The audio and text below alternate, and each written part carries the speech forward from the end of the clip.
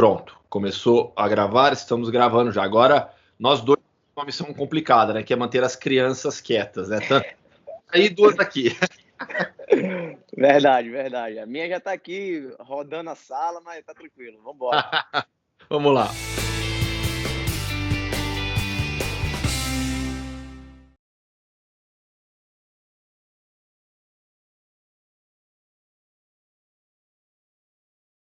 Fala galera, beleza? Como vocês estão? Todo mundo bem? Todo mundo se protegendo? Todo mundo se cuidando? O papo de hoje é com Judson, meio-campista do San Jose Earthquakes da Major League Soccer, que também está em quarentena. Como você está, Judson? Tudo bem? Fala, Gustavo. Prazer estar falando contigo. Obrigado pelo convite. A gente segue bem, né? Estamos bem, respeitando a questão da quarentena e na esperança que isso possa acabar o mais rápido possível para a gente voltar ao dia a dia. Como está a sua quarentena, com a família em casa, com a rotina de treinamentos? Não é algo fácil, né? Não, não é fácil, né? Principalmente para quem tem duas filhas, né? Uma bem nova, com 5 anos, para poder controlar essa energia. A gente tem nos protegido de todas as maneiras, né? Nos últimos 15, 20 dias foi obrigatório o uso da máscara para sair de casa e a gente sempre vai ao mercado, né? E nos últimos dias a minha filha pequena tem pedido para ir, para poder sair um pouco, a gente tem tentado levar ela, mas com todo o cuidado. Eu sigo uma rotina de treinos, né, programada pelo clube, tento fazer isso de segunda a sábado, treinar um pouco melhor para que quando retornar os trabalhos a gente possa estar bem fisicamente para poder continuar o campeonato. É mais difícil marcar a filha de 5 anos ou o Zlatan Ibrahimovic? Cara, hoje está sendo mais difícil marcar minha filha. A energia dela é contagiante, mas é bom. Isso é um sinal positivo. Como tem sido a comunicação do clube com os jogadores, né? Claro que há a rotina de treinos, existe essa comunicação direta, mas em relação ao retorno da Major League Soccer, o que o clube tem passado para vocês? Gustavo, em relação aos trabalhos, o pessoal da preparação física, todos os domingos, né, desde quando a gente entrou em quarentena, eles nos passam uma programação semanal e daí a gente vai mandando os dados. Vamos supor, a gente é um trabalho de corrida, né, a gente manda a quilometragem, manda tudo para eles, todos os dados, para eles poderem analisar e computadorizar aquilo tudo. Em relação à comunicação com a liga, a gente tem aqui o Sindicato dos Atletas, ele funciona muito bem, né? Então a gente tem 3 representantes dentro do nosso grupo que eles conversam com o pessoal do sindicato, com o pessoal da liga, e eles nos repassam aquilo que foi conversado, né? O pessoal do clube, de 15 em 15 dias ou 10 em 10 dias, eles fazem uma ligação pelo Zoom, né, para saber como a gente está, para saber como é que está a família. E assim, as esperanças são boas para o retorno do campeonato. Alguns clubes, inclusive, já voltaram a treinar, né, com todas as medidas possíveis, né, todas as precauções. E a gente espera que aqui a gente também possa voltar o mais rápido possível. Você tem ideia, tem alguma previsão do clube sobre esse retorno às atividades, com todos os cuidados possíveis? Cara, Gustavo, essa semana a Liga liberou para que os atletas pudessem voltar a usar as instalações do clube. Sim. Mas o que acontece? Aqui nos Estados Unidos você tem que respeitar a lei do condado, né? Que é a lei do estado. Então, na Califórnia, você tem que ficar até dia 31 de maio de quarentena. Apesar da MLS ter liberado os jogadores, né, para poder fazer atividades respeitando todas as medidas, você tem que respeitar a lei do seu Sim. estado. Então, no momento, a gente não pode retornar ao clube ainda. A gente está esperando o pessoal resolver como é que vai ser feita essa questão, né? Conversando com o pessoal do condado, conversando com as autoridades, para a gente poder voltar aos trabalhos. Só que eu acredito que até o dia 31, eu acho que a gente vai ter uma resposta positiva sobre esse assunto. E a Califórnia, inclusive, foi um dos estados americanos que mais rapidamente agiram para conter a pandemia, né? A gente entrou em quarentena, eu acho que no dia 13 de março, se eu não me engano. Mas mesmo assim, eu acho que os números dos casos foram consideráveis elevados, né? Não, claro que em Nova York e em outros lugares do país os números foram assustadores, né? Mas aqui ainda teve uma quantidade de números grandes, então mesmo a gente tomando todos os cuidados, mesmo o pessoal respeitando muito a quarentena, ainda teve muitos infectados. Vamos falar um pouquinho sobre a sua carreira. Daqui a pouquinho a gente bate um papo mais profundo sobre a Major League Soccer, mas sobre a sua carreira. Você é de uma cidadezinha no interior do Rio Grande do Norte chamada Ares, de 15 mil habitantes. Como foi sair de Ares? Conta pra gente como que foi deixar a sua cidade e aí o início da sua trajetória no futebol. Cara, Gustavo, foi complicado, né? Porque eu sou filho único do casal, né? Eu tenho duas irmãs, mas uma parte de pai e uma parte de mãe que são mais velhas. Mas assim, deixar o conforto do lar, né? Meus pais sempre me apoiaram em tudo. E até 2016, que foi quando eu saí de verdade, né? Eu deixei o América e fui pro Avaí. Foi difícil, né? Mas é aquilo, a gente tem que abdicar de algumas coisas. A minha cidade é uma cidade pequena, né? Eu sei que me representa muito para mim a cidade, né? O pessoal, minha família inteira é de lá, a família da minha esposa. Mas é aquilo que eu te falei, a gente tem que abrir mão de algumas coisas para seguir os nossos sonhos e graças a Deus está dando certo. Na sua ficha estão lá Potiguar, América, Avaí, Tombense, mas com empréstimos também, né? Como que é essa vida de ser emprestado, a indefinição, você não sabe se vai, você leva tudo de uma vez, uma mudança, por exemplo, como essa, por empréstimo? Cara, eu vou te contar que teve mais clubes que eu fui emprestado quando eu jogava no América. Eu tive 5 anos de contrato com o América, foi de 2010 a 2015, né? Mas durante esses 5 anos eu fui emprestado para outros 3 times do interior de Natal. Tá. E na época eu não era casado, então era só eu e a minha mala e já deu, né? Eu ia lá, ficava 3, 4 meses, que era a época do campeonato estadual, e depois voltava para o América para ficar treinando e depois era emprestado de novo. Nossa. Isso foi durante 2, 3 anos, né? E no ano de 2014 e 2015 eu permaneci no plantel, e como a minha cidade era muito próxima da onde fica o CT do América, então eu Aham. ficava em casa, morava com os meus pais, né? E Tá. quando foi em 2014, final de 2014 eu me casei e daí constituí família, mas mesmo assim continuei morando na minha cidade, né? Por isso que eu te falei, eu saí de vez quando eu fui pro Avaí, que aí não teve mais jeito, né? Não tinha como. E daí a gente mudou, levou tudo. E mesma coisa, no Avaí eu fiquei 3 anos, mas foram 3 anos que era assim: primeiro ano de empréstimo, chegava no final do ano, renovava. Então o que é que eu fazia? Eu e minha esposa, a gente arrumava tudo dentro do carro, botava as coisas, mandava um carro de transportadora Que para minha, loucura. para minha cidade, desarrumava, deixava na nossa casa. Aí chegava 20 de dezembro, os caras falavam: Jutsu, vamos renovar mais um ano no América, meus empresários. E daí tinha que arrumar tudo de novo, né? E mandar para Floripa. Foi assim durante 3 anos. Que E loucura. daí, Isso porque você tinha um vínculo com o Tombense, né? isso. E daí como era sempre o meu empresário fazia um ano de empréstimo, né, para Tá. poder. E daí quando havia interesse das duas partes, que sempre, como sempre foi, né, no Avaí, a gente renovava por mais um ano. E assim foi indo. Engraçado é que a minha esposa tinha um trabalho maior na hora de a gente retornar para Florianópolis, porque geralmente eu venho primeiro e ela vem depois da pré-temporada.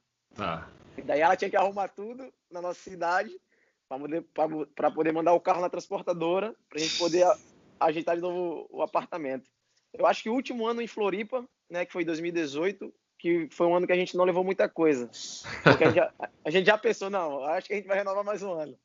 Vamos deixar o apartamento já tudo certo, né, com o dono, e a gente leva só o básico para nossa cidade. E daí a gente fez isso. Mas em 2018, no final, quando já estava tudo encaminhado para vir para cá, para os Estados Unidos, a gente levou tudo para nossa cidade, para deixar na nossa casa. E daí, aqui já não tem como levar, né? Já tem que deixar tudo guardadinho, porque não tem condições. É um pouquinho mais distante, né? E a própria ida para os Estados Unidos foi por empréstimo, né? Isso. A Major League Soccer, geralmente, eles fazem, né, quando o jogador não é tão conhecido, no meu caso, eles fazem um ano de empréstimo com opção, Sim. né? Então eu vim com um ano de empréstimo pela Tombense, com opção de compra para 2 anos e uma segunda opção para 2022. Tá. Então, ano passado, graças a Deus, a gente conseguiu fazer um bom ano, eles exerceram a opção de compra e a gente permaneceu. Pois é, eu fico imaginando, a gente fala, o pessoal fala tanto, né, do mundo maravilhoso do futebol, o mundo milionário do futebol.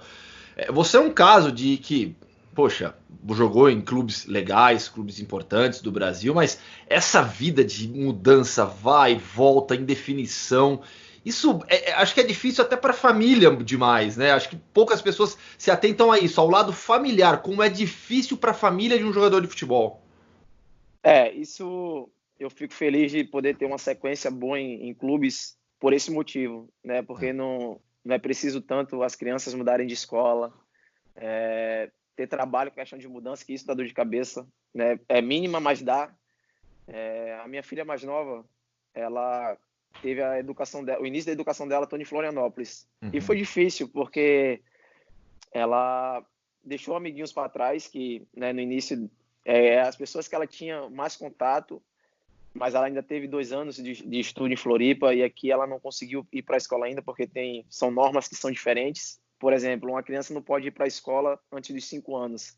Tá. Então, né, o ano passado a gente conseguiu colocar ela numa escola ainda no final do ano, mas não foi a mesma coisa. Quando ela estava pegando a amizade, a gente teve que ir para o Brasil de férias, né? Mas ter a sequência em clube, ter um contrato longo e poder permanecer é importante também para sua família, né? Porque ela fica adaptada à cidade, ela consegue, né, ter a maioria das coisas. A minha esposa já estava adaptada a Florianópolis, que a gente ficou 3 anos. Hoje a adaptação aqui está bem melhor também, porque já vai para 1 ano e meio que a gente está no país. Então isso são coisas que são positivas quando você tem uma vida longa no clube, né? Na Claro. época do América, eu não tive tanto problema com isso, porque eu só Tava em namorava com casa, né? ela e estava em casa, então não tinha muita dor de cabeça. Mas quando você fica saindo, né, com empréstimo, que é casado, que tem que mudar de cidade, isso é complicado. Mas no Avaí acho que você conseguiu a sua estabilidade profissional, né? Acho que ali você dá para falar que partiu para uma carreira profissional legal, né? Isso, verdade. Em 2016 eu tive problemas, né, depois da minha chegada, que eu tive uma lesão de pubis.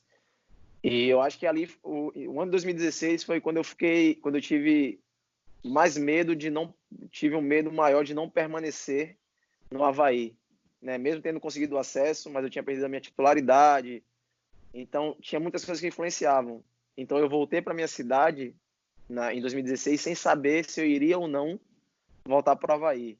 E ali ficou aquela questão da indecisão, né? Será que vai, será que não vai? Mas em 2017 e 2018, dava para perceber que o pessoal da diretoria queria a minha permanência. Então eu já viajava para minha cidade um pouco mais tranquilo. Mas em 2016 foi um ano que eu tive maior indecisão, mas com certeza o Avaí foi a minha maior estabilidade como atleta até o momento. Sobre a sua renovação, sobre o seu contrato novo, né, no San Jose Earthquakes. O Jesse Fioranelli, que é o general manager do time, disse o seguinte: duas coisas que fazem o Judson tão importante para esse clube são o seu work ethic, né? Dá para traduzir como work ethic on the field, né? A dedicação, a sua entrega no campo e a sua influência positiva dentro do vestiário. Contrato até 2021. Tudo isso já falando bem o inglês, sem falar o inglês, como você consegue ser tão importante assim para o time já? Cara, Gustavo, eu não falo quase nada do inglês, né? No vestiário tem um outro brasileiro que é o Luiz Felipe, ele fala fluente a língua, e daí ele é quem me ajuda muito nesse processo. Mas a questão que ele falou, talvez de exemplo, é pela maneira que eu me dedico nos treinamentos, né? Não só eu, claro. O pessoal da Europa, os americanos, o pessoal que trabalha no clube, são todos muito dedicados e a gente trabalha sempre de uma maneira correta e honesta, né? Mas eu tento sempre dar o meu melhor dentro de campo, seja em partidas, seja em treinamentos, né? Porque da maneira que a gente treina, a gente joga. E isso eu acho que é a forma positiva, né? No vestiário, eu tento ser, por mais que eu não fale a língua, mas eu tento ser um cara extremamente de grupo, né? Nos clubes que eu passei, eu tentei fazer isso, e aqui do mesmo jeito. Então, acho que é muito por esse lado, né? A questão de ser exemplo dentro de campo, né? De ser um cara tranquilo fora dele. Eu acho que é mais por esse lado. Ter um técnico argentino, um ex-jogador que foi espetacular na sua função, Matias Almeida, treinador argentino do San Jose Earthquakes, foi um baita volante da seleção também, jogou muito tempo no futebol italiano. Tê-lo como técnico, até pela comunicação, facilitou a sua adaptação? Sim, facilitou. E foi uma das coisas que eu pensei quando aceitei a proposta de vir para os Estados Unidos, de vir para o San Jose Earthquakes. Era, além de tudo, morar num país de primeiro mundo, né, ter uma estrutura de trabalho boa, e pelo técnico, porque isso é o normal, o natural do jogador, quando você tem uma proposta, você vai procurar saber informações do clube, de quem está assumindo, e eu fiz isso quando surgiu a proposta do San José. Eu procurei quem era o técnico, vi que era o Matias, vi todo o currículo dele, grandes clubes, jogador de seleção, e eu pensei, pô, eu posso evoluir ainda mais com esse cara, né, sendo comandado por ele, porque ele conhece a função, sabe como é atuar de primeiro volante. E, cara, Gustavo, te juro que ele é um cara extraordinário. Um técnico, tipo assim, eu falo muito como técnico, mas também como pessoa. O tratamento dele com todos os atletas, né, com o pessoal do staff, no geral. Se ele conquistou as coisas que ele conquistou é porque ele é muito merecedor. E eu acredito que eu tenho evoluído muito com ele, né? E a questão do idioma, apesar de eu chegar aqui sem falar tanto o espanhol, mas a gente entende bem, ele ama o Brasil, ele gosta pra caramba do Brasil, e daí foi tranquilo. E é tranquila a convivência com ele, com o pessoal do staff, que a maioria são argentinos, e a gente, né, eu passei a admirar muito os argentinos, porque a gente convive aqui com eles, tem outros jogadores que são da Argentina, mas assim, ele é um ponto positivo do San José, com certeza. E olha que o Matias Almeida teve grandes duelos contra a seleção brasileira, jogos, embates históricos entre Argentina e Brasil com o Almeida em campo. Batia um pouquinho, viu? Chegava forte. E sobre o Matias Almeida, tem um detalhe a mais que chama a atenção dele nos treinamentos, né?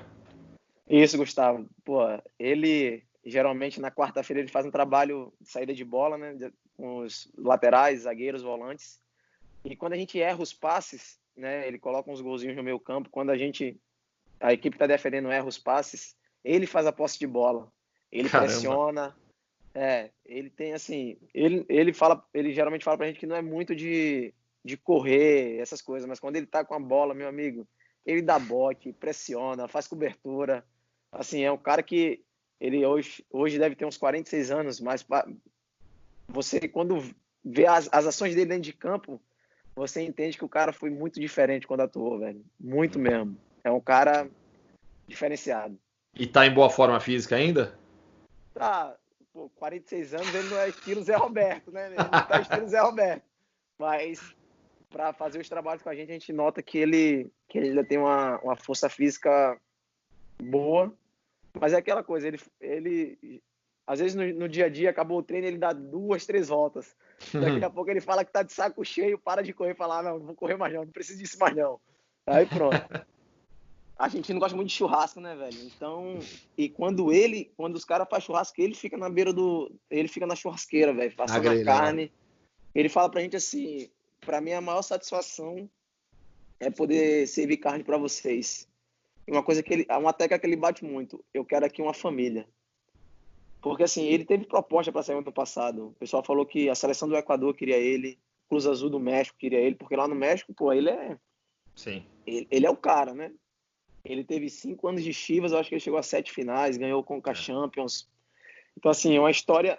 Ele foi vencedor como atleta e como treinador ele segue essa mesma linha. E ele fala que aceitou o desafio do San José para poder viver com outras culturas, né? Porque aqui a gente tem jogador da Geórgia, Brasil, né? Tinha do Panamá o ano passado, aí os caras saíram. Tem jogador da França, né? Então, assim, tem jogadores de uma porrada de países e ele gosta disso, sabe? Ele gosta do entretenimento, da resenha. Só que é aquilo, quando ele quer falar, meu amigo. Porque isso o ano passado, quando a gente perdeu 5 jogos no início do ano, né? E assim, pela aquela questão de se readaptar, a maneira de jogar, né? A questão tática era diferente. E ele falou pra gente no vestiário, falou, ó, eu não vou mudar a minha linha de pensamento.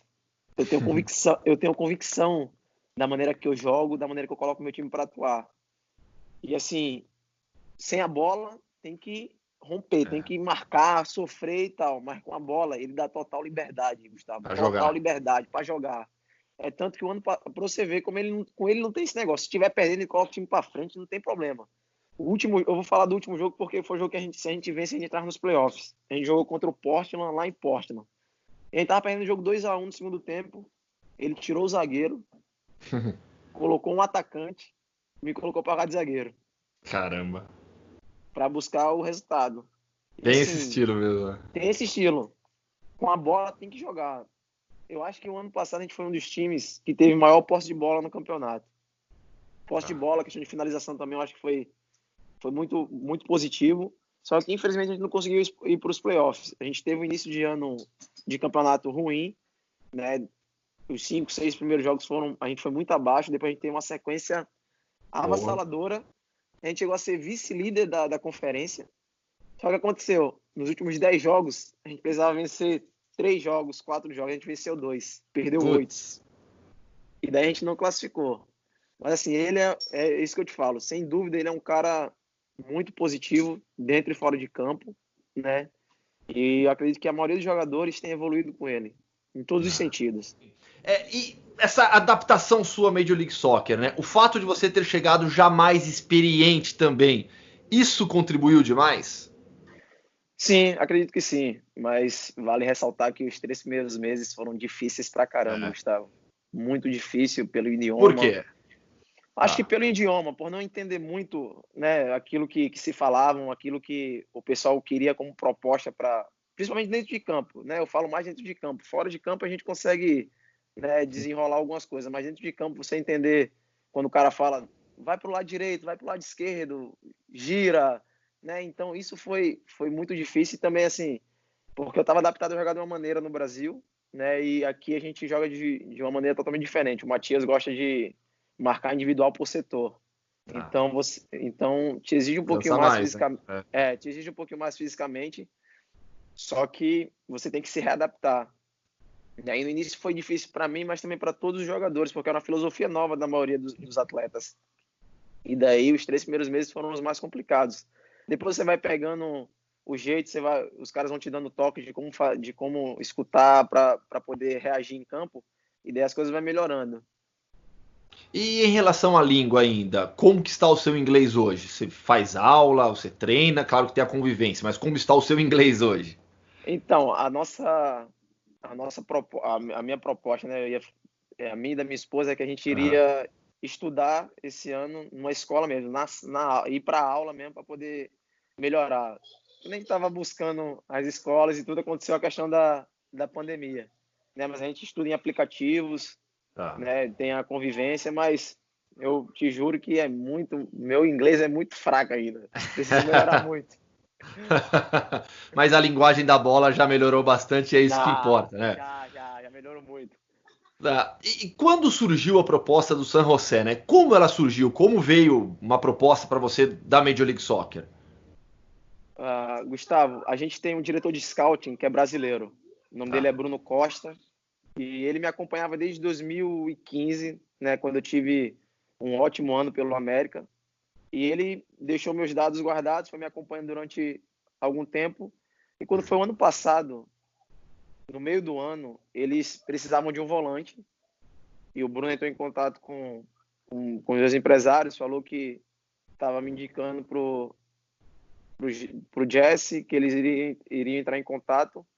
Só que como a gente estava no meio da Série B, seria difícil o Avaí me liberar, seria complicado, né? Porque a gente estava num momento difícil da competição e os caras não quiseram ter dor de cabeça em relação a isso, né? De se desgastar por algo que seria muito difícil de acontecer, né? Então a gente foi. Quando faltava 5 rodadas para acabar o campeonato, o meu empresário me ligou e falou assim: Judson, tem uma proposta para você do San Jose Earthquakes, da Califórnia. O diretor de futebol tá indo na terça-feira. Isso ele me ligou numa quinta, né? A gente jogava no sábado contra o Londrina, em Floripa, e na terça a gente iria viajar para enfrentar o Atlético Goianiense. Isso é até uma coisa, né, curiosa. E daí, a gente viajou na segunda-feira para Goiânia. No dia do jogo, 5 horas da manhã, minha esposa me ligou. O que é que a gente fazia? A minha sogra, quando faltava um mês e meio, ela ia para Florianópolis para nos ajudar com a questão da mudança. E daí, na madrugada da segunda para terça, minha sogra faleceu nos braços da minha esposa em Florianópolis. E ela me liga desesperada, pô, não vou jogar. Só que assim, meu pai, minha família, né, e a minha esposa e a minha sogra sabiam do que iria acontecer na terça-feira. Eu iria me reunir com os caras depois do jogo para possivelmente ser uma transferência para os Estados Unidos, uma coisa que era, né, uma promessa Poxa. de Deus na minha vida. E daí a minha esposa falou: não, você vai jogar. Se a minha mãe tivesse viva, ela queria que você jogasse. Então, joga. E eu comuniquei para os caras, para meus empresários, falei: ó, minha sogra acabou de falecer e tal, eu vou jogar, né? Só que você nunca sabe como é que vai ser seu rendimento depois de uma pancada dessa, Sim. depois de uma notícia tão dura. E eles explicaram para o diretor, ele já estava no estádio, já estava em Goiânia, né? Eu joguei 70 minutos, eu acho. Eu saí do jogo, a gente empatou. No hotel ele foi e conversou comigo, falou: ó, Jutos, eu tô levando seu nome pro Matias e se ele aprovar, é você que é o nosso, você vai ser o volante que a gente vai contratar pro próximo ano. E daí a gente teve que ficar em sigilo, né, porque faltavam 5 rodadas para acabar a Série B. Daí no final da Série B eu conversei com o presidente do Avaí, conversei com o pessoal, falei que tinha uma proposta para fora do país e que eu achava que era o melhor momento para sair, né? Eles tentaram a renovação, mas a proposta aqui era muito boa, né? E tinha a questão familiar que pesava e a gente tomou a decisão de vir. Caramba, que história, hein? Que história. Bom que agora eu tenho certeza que ela se orgulha muito de você também. Que bom que no final das contas deu certo para você. Sinto muito pela sua esposa, pela família, né? Mas que história realmente. Falando agora sobre seus companheiros aí de San José Earthquakes. Você tem no time um jogador que é uma referência na Major League Soccer, é um dos grandes nomes na história da MLS, que é o Chris Wondolowski, que tem 37 anos já. Como é o Wondolowski no dia a dia? Um cara de grupo, tranquilo, mais fechadão? Ele é um cara muito tranquilo, né? Um cara de grupo, caladão na dele, mas quando tem que cobrar, ele cobra, como, né, a maioria dos capitães. E ele também é um cara referência em termos de dedicação de trabalho, né? Ele tem 37 anos, é o maior artilheiro da liga, Isso. mas chega cedo, treina muito, puxa fila, né? E na hora que tem que bater de frente, ele bate de frente. Dentro de campo é um cara, é um monstro. Assim, já teve várias situações né, de confronto de jogadores dentro de campo, aquele negócio de empurra, ele é um dos primeiros a Sim. chegar, empurra e vai. Então, assim, ele é um cara admirável. E é realmente, como você disse, né, uma referência, um dos grandes jogadores na história da Major League Soccer. Falando sobre a sua vida aí em San José, dá para aproveitar antes de tudo isso acontecer, logicamente, né, antes dessa pandemia. Como é a vida em San José? Você consegue aproveitar a cidade? A gente falava antes do início da gravação. Você mora em Santa Clara, né, nos arredores. Isso. Cara, Gustavo, eu acredito que a gente aproveita bastante, mas assim, a maioria dos lugares que a gente pode ir são parques abertos para as crianças brincarem, e a minha esposa, né, como a maioria das mulheres, ama shopping. Então, a maioria dos lugares que a gente vai é assim, parques de diversão para as crianças e shopping para elas poderem se divertir um pouco. E também eu acho que quando bate uma saudade do Brasil, a gente tenta buscar alguns restaurantes brasileiros para a gente poder ir, né, comer uma comida típica do nosso país. E assim, praia, a gente aqui nos arredores tem praia, mas não é estilo as nossas, né, do É nosso país. diferente, né? É muito diferente, então não dá para aproveitar muito Sim. em relação à praia, mas no restante eu acho que a gente aproveita bastante sim. E outros esportes? Você gosta de acompanhar outros esportes? NBA, Major League Baseball, né, a NFL? Porque você está na região aí de San José, Oakland, São Francisco, todas as modalidades possíveis, né, ao seu redor. Eu gosto de NBA. Não fui assistir ainda, mas pretendo ir depois que passar essa pandemia. O Golden State mudou agora para São Sim. Francisco, né? Então fica um pouquinho mais próximo que quando era em Oakland. E eu também, a minha esposa tem vontade de assistir um jogo da NFL, né? E talvez Ah, a gente possa, porque o 49ers é aqui pertinho, sim. né? Daí esses são os dois esportes que a gente pode acompanhar aqui, que a gente acompanha mais, na verdade. Mas o beisebol não sou muito fã, apesar de que o pessoal aqui gosta muito também. Mas eu acho que basquete e futebol americano são os mais prováveis que a gente possa ir para acompanhar de perto. Pô, vai acompanhar dois dos grandes times, né? Golden State Warriors e o San Francisco 49ers, dois dos melhores times das suas respectivas modalidades. Judson, quero te agradecer demais por esse bate-papo, por essa conversa, muito legal te conhecer mais, entender ainda mais também sobre o funcionamento da Major League Soccer. Que é isso, Gustavo. Eu que te agradeço mais uma vez pelo